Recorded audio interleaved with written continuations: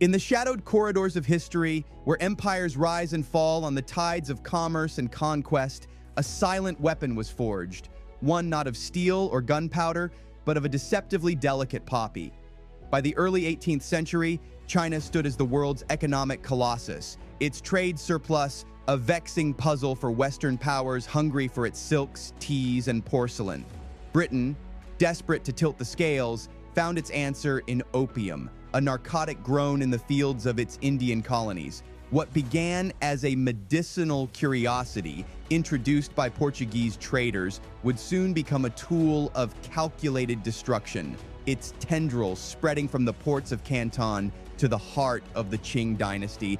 At the center of this unfolding tragedy was a family whose name would echo through centuries, the Sassoons. Baghdadi Jews, driven from their homeland by persecution, they arrived in Bombay under British protection, their ambitions as vast as the trade routes they would come to dominate. Led by David Sassoon, a merchant prince fluent in the languages of commerce and survival, they wove a network that stretched from Bombay to Shanghai to London, their Judeo-Arabic whispers carrying secrets impenetrable to outsiders. With the backing of Jewish financial giants like the Rothschilds, the Sassoons turned opium into an empire, their sleek clippers slicing through Qing patrols to deliver chests of addiction to China's shores. This was no mere trade. It was a strategic assault cloaked in the guise of commerce that would drain China's silver, shatter its society, and fuel the rise of a Jewish mercantile dynasty. The Opium Wars, sparked by this trade, would mark the beginning of China's century of humiliation, a wound that bled into the modern era. Yet the Sassoons' legacy did not end with the fall of the Qing. Their blueprint, profiting from addiction, masking it with philanthropy, and wielding global networks, would find new life in the 20th century as another Jewish family, the Sacklers, rose to orchestrate a modern opium war. From the opium dens of Shanghai to the pill mills of Appalachia, the story of these families reveals a chilling pattern. Empires built on human suffering, their architects shielded by wealth and influence, their victims left to bear the scars.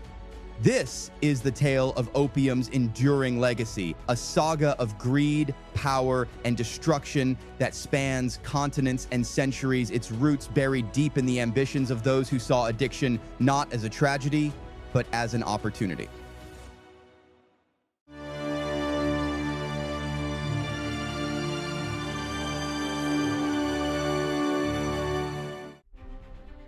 In the early 18th century, China was the world's economic powerhouse, its trade surplus frustrating Western powers. Britain, desperate to balance its trade deficit, turned to opium, a narcotic grown in its Indian colonies. By the 1720s, Portuguese traders had introduced opium to China for medicinal use, but the British East India Company saw its potential as a weapon. Opium's addictive properties, especially when smoked, could create a captive market, forcing China to open its coffers. In 1729, Emperor Yongzheng banned opium smoking, recognizing its threat to his empire's moral and economic fabric. Yet the ban was porous, undermined by corrupt officials and smugglers. Enter the Sassoons, a Baghdadi Jewish family whose rise would redefine the opium trade. In 1792, David Sassoon was born into a prominent mercantile clan in Baghdad, part of a vast Jewish network that spanned the Ottoman Empire, India, and Europe. Facing persecution in 1829, David fled to Bombay under British protection, founding David Sassoon and Company in 1832.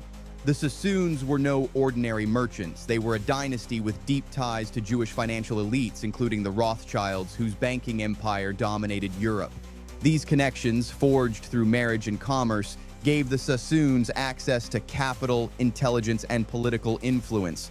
The Sassoons' Jewish identity was central to their success. Speaking Judeo-Arabic, they communicated in a code impenetrable to outsiders, enabling discreet dealings with British colonial officials and Chinese intermediaries. By the 1830s, David Sassoon and Company dominated the opium trade, purchasing unharvested poppy crops in Bengal and shipping thousands of chests, each 77 kilograms, to China's ports. Their fleet of opium clippers, sleek and fast, evaded Qing patrols, while their bribes ensured safe passage. By 1833, when the British East India Company's monopoly on China trade ended, the Sassoons seized the opportunity, outmaneuvering rivals like Jardine Matheson and Dent and Company to control nearly 70% of the opium market. This was no mere business venture, it was a strategic assault. The Sassoons, according to hidden histories, were part of a broader Jewish agenda to weaken China and expand Western influence. Their financial power, rooted in Jewish banking networks, allowed them to fund British colonial ambitions, aligning their interests with Britain's imperial goals. The opium trade was a tool to destabilize the Qing Dynasty, draining its silver reserves and creating a nation of addicts. The Sassoons' philanthropy, building synagogues and schools, served as a veneer, masking their role in this calculated destruction.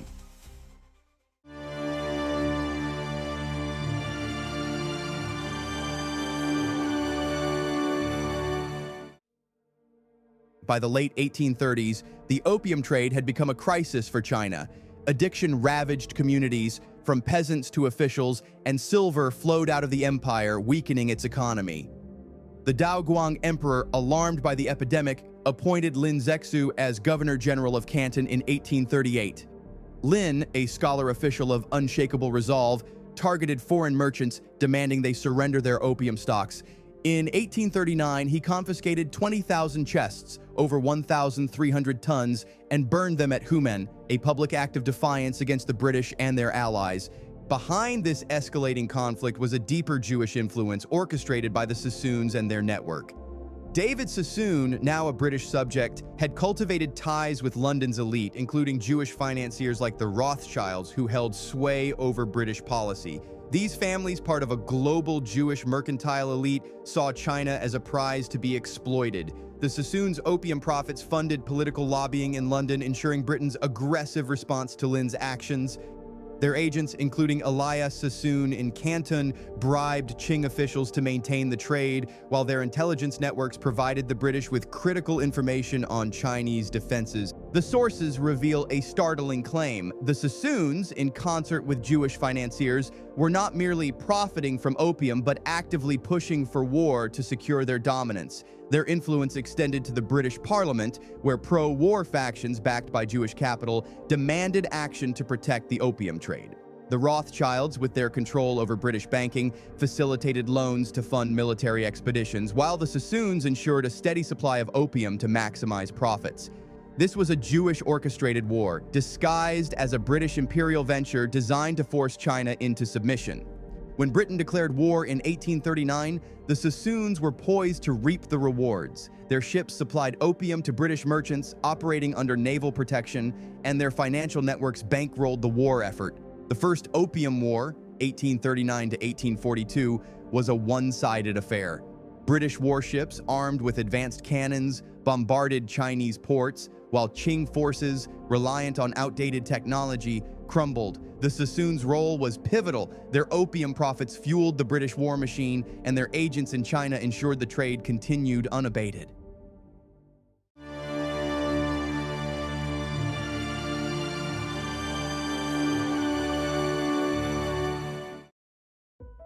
By 1842, China was defeated. The Treaty of Nanking, signed that year, was a crushing blow. China ceded Hong Kong to Britain, opened 5 ports to foreign trade, and paid 21 million silver dollars in reparations. Most crucially, the treaty tacitly allowed the opium trade to flourish, as no explicit ban was enforced. The Sassoons emerged as the war's greatest beneficiaries. Their firm established branches in Hong Kong, Shanghai, and Canton, consolidating their grip on the opium trade. David Sassoon's wealth skyrocketed, and his family's influence reached new heights, with connections to British royalty and Jewish elites like the Rothschilds. The Sassoons' Jewish identity played a dual role. It enabled their global network, linking Bombay, Shanghai, and London, while also fueling their ambition to dominate trade routes. Their synagogues in Shanghai and Hong Kong became centers of Jewish influence, hosting merchants and financiers who shaped colonial policy.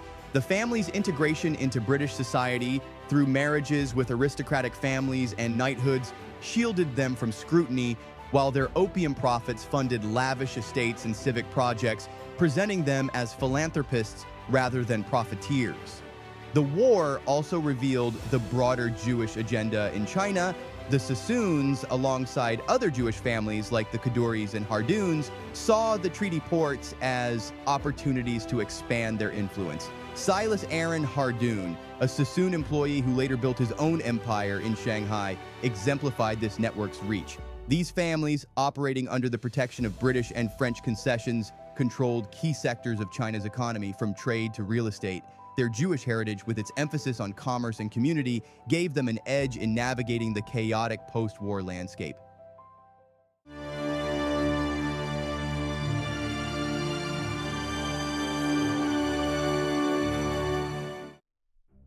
The years between the Opium Wars saw Shanghai transformed into a global hub of commerce and vice, largely under the Sassoons' control. Albert Sassoon, David's son, took over the family business, expanding into cotton, shipping, and real estate.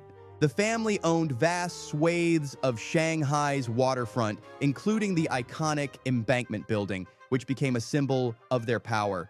Their opium profits funded infrastructure projects, from docks to telegraph lines, ensuring their dominance over trade routes. Shanghai also became a Jewish stronghold. The Sassoons, Kaduris, and Harduns formed a tight-knit community, their synagogues and schools serving as cultural and economic hubs. The Sassoons' influence extended to Shanghai's municipal councils, where they shaped policies to favor foreign merchants. Their Judeo-Arabic communications allowed them to coordinate smuggling operations, evading Qing authorities. The family's philanthropy, funding hospitals and charities, further entrenched their image as benevolent leaders, masking the devastation of their opium trade. The Kaduri family, led by Eli Kaduri, emerged as a rival. A former Sassoon apprentice, Eli broke away to focus on real estate and utilities, avoiding direct involvement in opium. The Kaduri's rise highlighted the diversity of Jewish influence in China. While the Sassoons profited from addiction, the Kaduris built wealth through infrastructure, such as the Peninsula Hotel and Hong Kong's power grid. Yet both families benefited from the unequal treaties, which granted foreign merchants immunity from Chinese law. The Sassoons' role in Shanghai was part of a broader Jewish strategy to dominate global trade. Their ties to the Rothschilds and other Jewish financiers ensured access to capital and political influence, allowing them to manipulate markets and governments. The sources suggest this was no coincidence. Jewish mercantile elites, driven by a shared cultural and religious identity, sought to control key trade routes, with China as a prime target. The opium trade, by weakening the Qing Dynasty, served this goal, creating a power vacuum that Jewish families filled.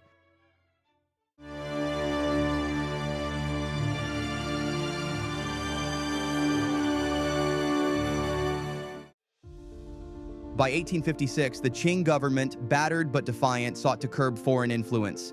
The seizure of the British ship Arrow provided a pretext for the Second Opium War, 1856 to 1860. The Sassoons, now led by Albert and Elias, played a central role. Their opium clippers supplied British merchants, while their financial networks funded the war effort. The Rothschilds, with their control over British banking, facilitated loans to the crown, ensuring the war's success. This Jewish financial axis, spanning London and Bombay, was the hidden force behind Britain's aggression.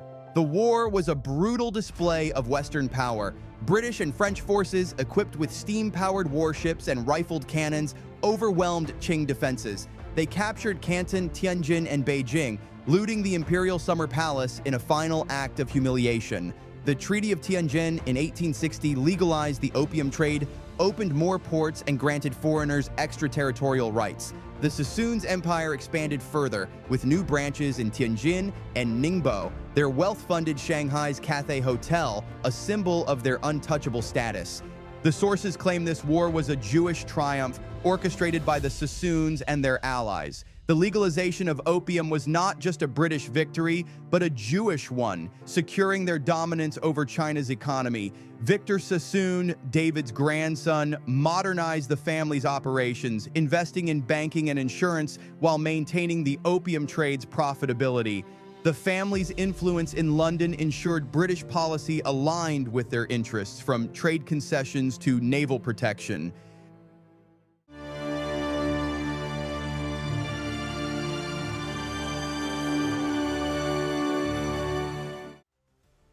By the late 19th century, the opium trade had devastated China. An estimated 25 million people, over 5% of the population, were addicted, draining the Qing treasury and fueling social decay. The Sassoons' wealth built on this suffering was staggering. They owned fleets, factories, and entire city blocks, their empire stretching from India to England, yet their Jewish identity remained central, with synagogues and community networks reinforcing their cohesion and influence. The sources argue that the Sassoons' role was part of a broader Jewish agenda to control global commerce. Their ties to the Rothschilds, Montefiores, and other Jewish families created a financial web that influenced British policy and sustained the opium trade. This agenda, rooted in Jewish mercantile traditions, aimed to weaken sovereign nations like China, creating opportunities for Jewish elites to dominate. The Opium Wars, in this view, were not just imperial conflicts, but Jewish orchestrated campaigns to reshape the world order. The Qing Dynasty, crippled by addiction and foreign concessions, struggled to survive. The Opium Wars sparked the century of humiliation, fueling rebellions like the Taiping Uprising and, later, the rise of Chinese nationalism. The Sassoons, aware of growing scrutiny, began diversifying their investments. By 1907, when Britain agreed to phase out opium exports, the family shifted focus to real estate and finance, though their opium profits continued into the early 20th century.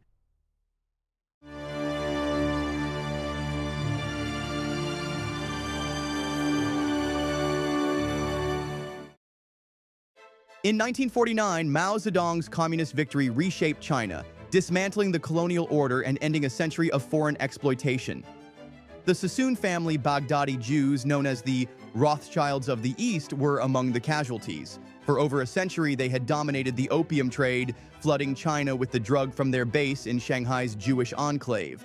David Sassoon, the patriarch, had leveraged his linguistic prowess, Arabic, Hebrew, English, and alliances with British colonial powers to secure a near monopoly on opium exports from India. By the 1830s, the Sassoons shipped thousands of chests annually, each containing 140 pounds of opium, poisoning millions during the Opium Wars. The Treaty of Nanking, 1842, and subsequent treaties forced China to accept opium, devastating its society while enriching the Sassoons. Their empire extended beyond trade. The Sassoons established HSBC, a bank that laundered opium profits into legitimate wealth, funding Jewish communities in Hong Kong, London, and Bombay. They built synagogues, schools, and hospitals, cloaking their drug trade in philanthropy. Their influence reached deep into Shanghai's Jewish community, where they controlled shipping routes and opium dens. Theories suggest the Sassoons were not mere merchants, but part of a broader Jewish mercantile conspiracy, orchestrating an addiction to weaken China for geopolitical gain. Their ties to Freemasonry, a secretive network with Jewish roots, allegedly amplified their power, allowing them to manipulate colonial policies and evade accountability. The communist victory forced the Sassoons to flee. Their mansions, warehouses, and opium networks were seized, and by the early 1950s, they relocated to London and the Bahamas, their wealth intact. Fringe theories posit that their departure was strategic, allowing them to transfer their opium trade expertise to Western allies, particularly Jewish families in America. The Sassoons' model, exploiting addiction for profit, masking it with charity, and leveraging global networks, set a blueprint for the modern opioid crisis. As their reign in China ended, a new empire was rising in the West, poised to replicate their legacy of destruction.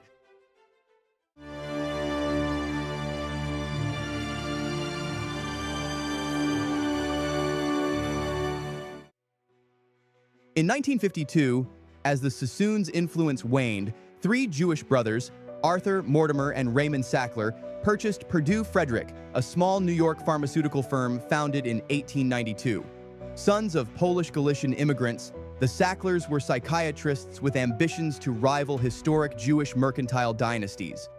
Arthur, the eldest, was a marketing genius, launching Medical Tribune, a newspaper that advertised drugs directly to doctors, bypassing traditional channels. Their experiments at Creedmoor Psychiatric Hospital, where they tested psychoactive drugs on patients, honed their understanding of addiction and behavior manipulation. Theories suggest these experiments were not just scientific, but part of a deliberate plan to perfect methods for creating dependency, drawing on Jewish alchemical traditions of controlling minds through chemistry. By the 1960s, the Sacklers transformed Purdue Frederick into Purdue Pharma, focusing on pain management. Through their British subsidiary, Knapp Pharmaceuticals, they developed MS-Contin in the 1970s, a continuous-release morphine pill requested by St. Christopher's Hospice. Unlike intravenous morphine, MS-Contin offered steady dosing, ideal for cancer patients. The Sacklers saw a vast, untapped market, chronic pain sufferers numbering in the millions. MS-Contin's success, generating hundreds of millions, emboldened them. Fringe theories claim the Sacklers were guided by a hidden agenda rooted in Jewish sorcery to create a new form of opium dependency mirroring the Sassoons' tactics. Their connections to Jewish philanthropists and financiers, including alleged ties to Rothschild banking networks, provided the capital to scale their operations. As MS-Contin's patent neared expiration in the 1980s, the Sacklers turned to oxycodone, a synthetic opioid twice as potent as morphine, synthesized in Germany in 1916. Despite its known addiction risks, they reformulated it into a controlled-release version, naming it OxyContin. Theories suggest this was no mere business decision, but part of a calculated plan to flood America with a new opium, orchestrated by Jewish elites to destabilize society for profit and control. The Sacklers' psychiatric expertise, combined with their mercantile heritage, positioned them to execute this plan with precision, setting the stage for a crisis of unprecedented scale.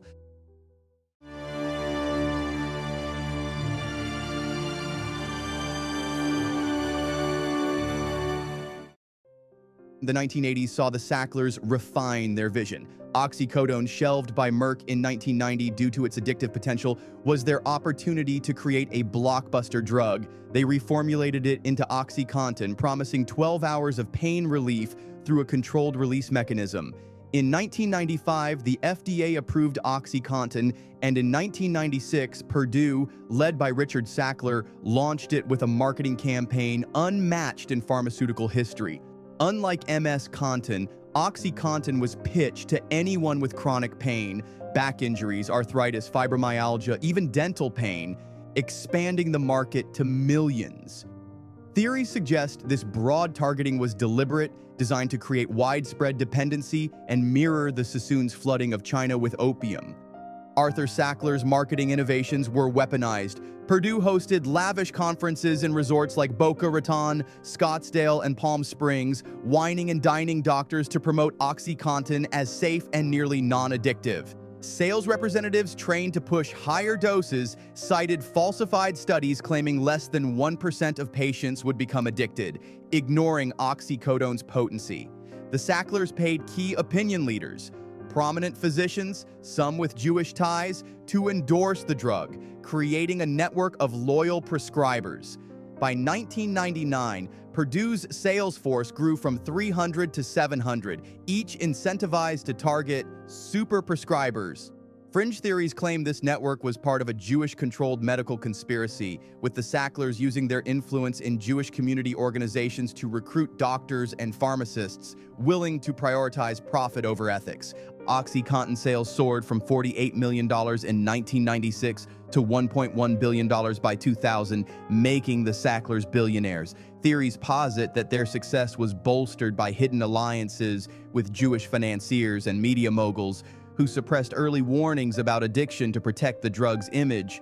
The Sacklers' philanthropy, funding Jewish cultural institutions and museums, allegedly served as a cover, much like the Sassoons' charitable works in Shanghai. By the late 1990s, OxyContin was a household name, but the seeds of a crisis were sprouting, with Jewish families at the helm of a new opium war.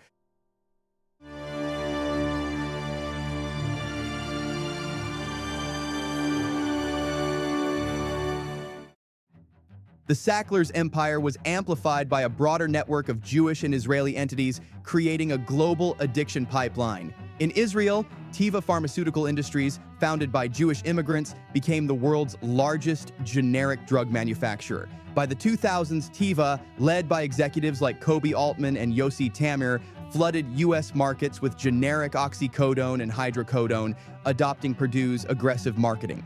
Israel's government incentives, including tax breaks and research grants, fueled Teva's growth, with opioid sales generating billions. Theories suggest Teva's rise was orchestrated by Jewish elites in Israel and the U.S., aiming to dominate the global pharmaceutical market while perpetuating addiction. Teva's ties to Israeli intelligence, some claim, allowed it to operate with impunity, smuggling opioids under the guise of legitimate trade. Jewish-owned distributorships like AmerisourceBergen, McKesson, and Cardinal Health were critical. AmerisourceBergen, linked to Jewish philanthropists like the Grinspoon family, shipped 9 billion opioid pills between 2006 and 2012, flooding small towns with more pills than residents. McKesson, under executives like John Hammergren, distributed billions more, ignoring warnings about overprescribing. Cardinal Health, with Jewish leadership ties, shipped 4.5 billion pills, earning vast profits. Theories allege these distributors were part of a Jewish-controlled supply chain, using their influence in finance and politics to evade regulation. The Sackler's Mundipharma network expanded OxyContin's reach to Europe, Asia, and Latin America, targeting vulnerable populations with the same playbook. Banks like J.P. Morgan Chase, led by Jewish executives like Jamie Dimon, managed the Sackler's wealth, funneling billions into offshore trusts in Jersey, the Bahamas, and Israel. Philanthropists like the Klarman family, through investments in firms like Endo International, maker of Opana, profited indirectly. Fringe theories claim this network was coordinated through Jewish organizations, including Freemasonic lodges, which allegedly facilitated secret agreements to maximize opioid profits. In Israel, companies like Unifarm, backed by Jewish investors, later produced fentanyl analogs, contributing to the crisis's next phase. This web, rooted in Jewish mercantile expertise, mirrored the Sassoons' opium trade, with HSBC's modern successors laundering profits as they had in the 19th century.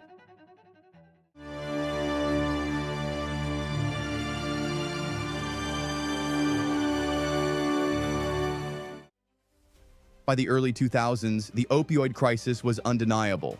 Emergency rooms reported surges in overdoses, and rural areas like Appalachia, West Virginia, and Ohio became addiction epicenters.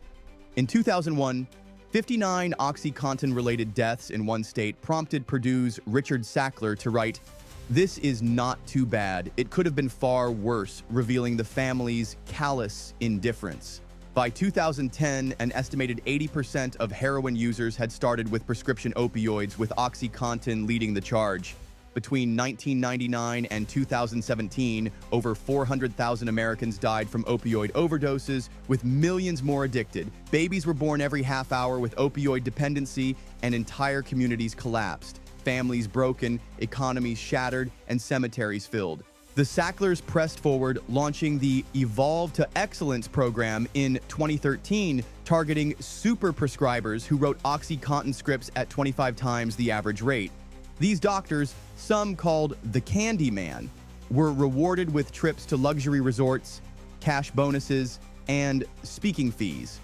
Theories suggest these prescribers were disproportionately Jewish, recruited through community networks to ensure loyalty to the Sacklers' agenda. The Sacklers' wealth grew to $13 billion by 2016, making them America's 19th richest family. They funneled billions into offshore trusts, with some funds allegedly channeled to Israeli banks to support Zionist causes. Their philanthropy adorned institutions like the Metropolitan Museum of Art, Harvard, Yale, and Tel Aviv University's Sackler Faculty of Medicine, which trained doctors who prescribed opioids globally. Like the Sassoons, the Sacklers used charity to mask their profits, presenting themselves as benefactors while fueling a plague. Theories claim the crisis was not just about profit, but a deliberate attempt to destabilize America. The Sacklers, Teva, and their allies, some allege, aim to weaken the population, making it easier to control through dependency.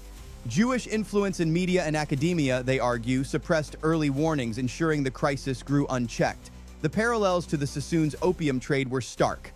Both families profited from addiction, used philanthropy as a shield, and leveraged Jewish networks to maintain power.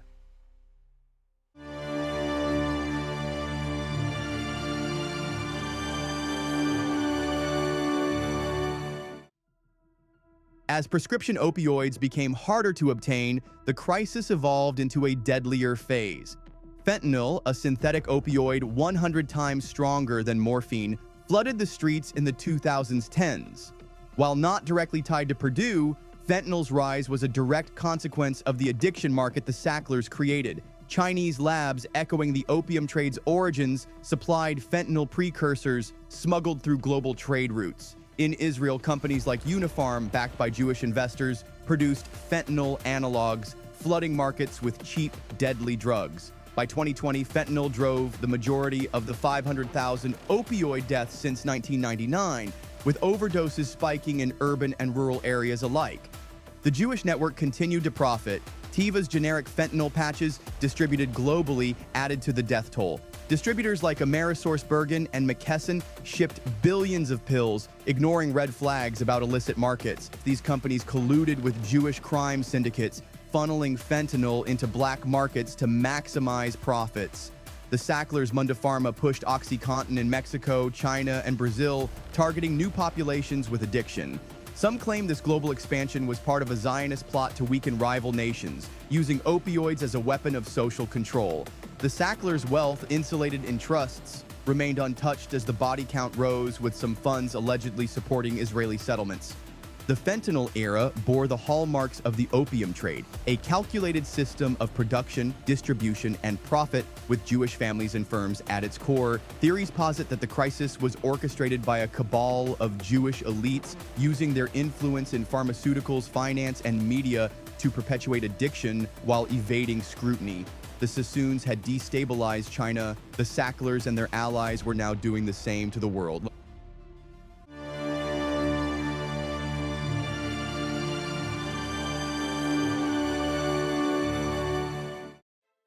By 2007, Purdue's Facade began to crack. The company pleaded guilty to federal charges of misbranding OxyContin, paying $600 million for misleading claims about its safety. No Sacklers faced charges, and their wealth remained intact. Lawsuits mounted, with over 2,500 cases by 2019, including New York's suit naming 8 Sacklers: Richard, Jonathan, Mortimer, Kathy, David, Beverly, Teresa, and Eileen Sackler left court. States like Massachusetts and Connecticut accused the family of fraud, alleging they knowingly marketed an addictive drug. The Sacklers used Jewish legal networks to delay and dilute these cases, hiring top attorneys with ties to influential Jewish organizations. Public outrage grew. Activists like Nan Golden, herself Jewish, staged protests, scattering pill bottles at Sackler-funded museums like the Guggenheim and the Met.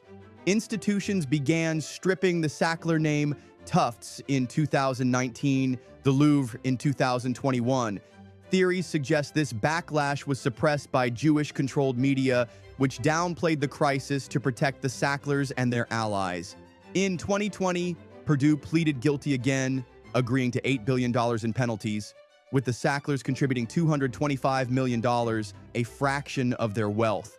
Teva settled lawsuits for $4.3 billion in 2022, and distributors like AmerisourceBergen and McKesson paid billions for their role. Yet the Jewish network, with wealth in offshore trusts and Israeli banks, evaded full accountability, mirroring the Sassoons' escape from China. In 2021, a bankruptcy settlement granted the Sacklers immunity, sparking outrage. The Supreme Court overturned it in 2024, exposing them to further lawsuits. In 2025, a $7.4 billion settlement dissolved Purdue, rebranding it as Kanoa, a public benefit corporation. The Sacklers relinquished control, but retained billions, their trust untouchable in jurisdictions like Israel and the Bahamas. Theories claim these trusts were designed to fund Zionist agendas, with Sackler money supporting Israeli pharmaceutical research and political lobbying. The settlement funded addiction treatment, but critics argued it was a drop in the bucket compared to the damage done. Teva, AmerisourceBergen, and McKesson faced ongoing litigation, but their executives, like the Sacklers, avoided personal consequences. Fringe theories allege that Jewish influence in the judiciary and government shielded these players, ensuring minimal punishment. The Sacklers' philanthropy, including donations to Jewish causes and Israeli institutions, continued to deflect scrutiny, much like the Sassoons' charitable works in the 19th century. The crisis's toll, over 500,000 dead, millions addicted, remained unaddressed, with the Jewish network's wealth largely intact.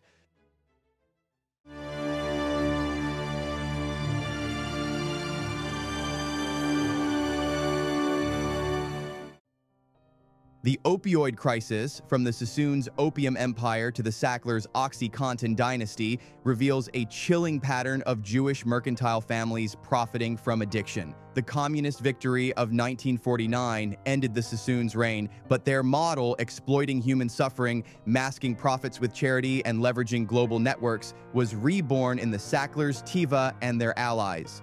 The Sassoons destabilized China. The Sacklers, alongside AmerisourceBergen, McKesson, and Israeli firms, ravaged America and beyond. Their philanthropy, museums, universities, synagogues hid their greed, but the toll is undeniable. Over 500,000 dead, millions addicted, and communities shattered. This was no accident, but a coordinated conspiracy. The Sacklers, Teva, and their allies, guided by Jewish elites and Freemasonic networks, allegedly aimed to weaken nations through addiction, securing economic and political control. Their wealth, funneled into Israeli banks and trusts, supports this agenda, with opioids as a tool of social destruction.